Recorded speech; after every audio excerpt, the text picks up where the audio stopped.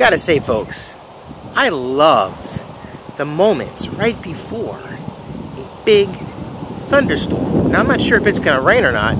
Normally, this is what happens. It looks like this. The typical 4 o'clock summer thunderstorms here in Central Florida. A lot of that boom, a lot of that thunder, some lightning going on back there. And it's kind of like it teases me. It comes right over the house, right over our neighborhood, and says, I'm coming to get you, Ken. I'm gonna rain, I'm gonna pour, I'm gonna storm all over you. And then it just kind of skates around us, which is fine. I was hoping to get out of here today and do some yard work. I mean, this is great weather for yard work, until it starts raining, of course. It's nice and cool and breezy. It dropped up a few degrees. I spent most of today at a training downtown Orlando at our Educational Leadership Center. I had this great little algebraic thinking workshop. So I got some fun strategies and some cool things to try on my kids in the new school year, teaching first grade algebra.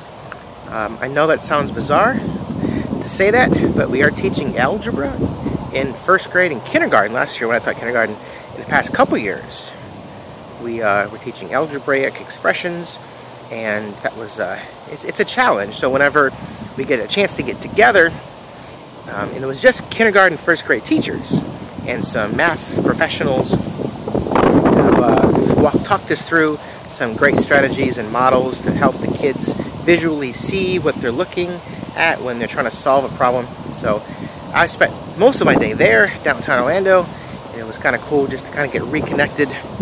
And now I'm home. Like I said, I was going to work in the yard, do some weeding. I think tomorrow is going to be an early morning with the lawnmower and the weeder and the edger, and pulling some weeds from the barren area that's still barren and are there. The grass is not coming along too nicely, but thankfully something is happening, a little at a time. So I get out there, yank out the weeds, and let the grass take off. Oh, that was a big one. Wait for it. No, way off in the distance. So, and it's funny because I'm sitting here watching these storm clouds roll in, and it makes me think, there he is, a little late, but it's okay. It makes me think of this artist. You guys know who Bob Ross is?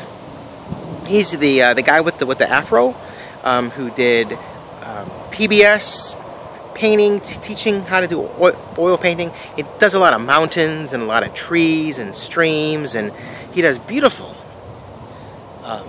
landscapes with great clouds, and he's a master at taking oil painting, making it look like a real picture. And I remember growing up as a youth, even before I was in high school, okay? This is back when my summers were spent pretty much in our apartment because I didn't have a car at the time. I was too young to drive, and I had a bicycle, so I'd either ride my bike to the mall or I'd walk to the mall. But I spent a lot of time in my summertime in front of the television. Even at the time, we weren't able to afford cable television, so it was either watching daytime soap operas on the major networks or PBS. So I spent a lot of time watching PBS, Andy Griffith. That's where I got turned on to the Andy Griffith Show. So it was usually Andy Griffith and I Love Lucy. And then in the afternoons, they had all these cooking and painting shows, and I got turned on to Mr. Bob Ross. And it was just, this cloud made me think of his paintings, because it's funny because there's a local PBS, I guess there's a local, it's over there in New Smyrna Beach. New Smyrna Beach PBS carries his reruns, the best of his shows, at like 1:30 in the afternoon. And normally I'm teaching, so I can't be sitting in front of a television set while I'm teaching. So, but now that I'm home in the afternoons, when I'm not doing yard work or running errands or at workshops, I'm in front of a TV watching Bob Ross. So kind of reliving some old childhood memories, and it was fun. So these storm clouds kind of reminded me of that, something he would paint. You see what I'm telling you? It's like the clouds are going around us. They're all over here. Okay, there's a couple drops. A couple of droplets coming in. So I guess my plans are doing some yard work, getting an early jump on yard work. It's been thwarted. Oh my goodness, have we not got the mail for a couple days? Look at this. There's a big lightning strike. Wait for it. Look at all this mail. I think some of us, one of us at least, is neglected to get the mail for the past few days. lot of back-to-school ads in there. I can already see it poking out of the corners.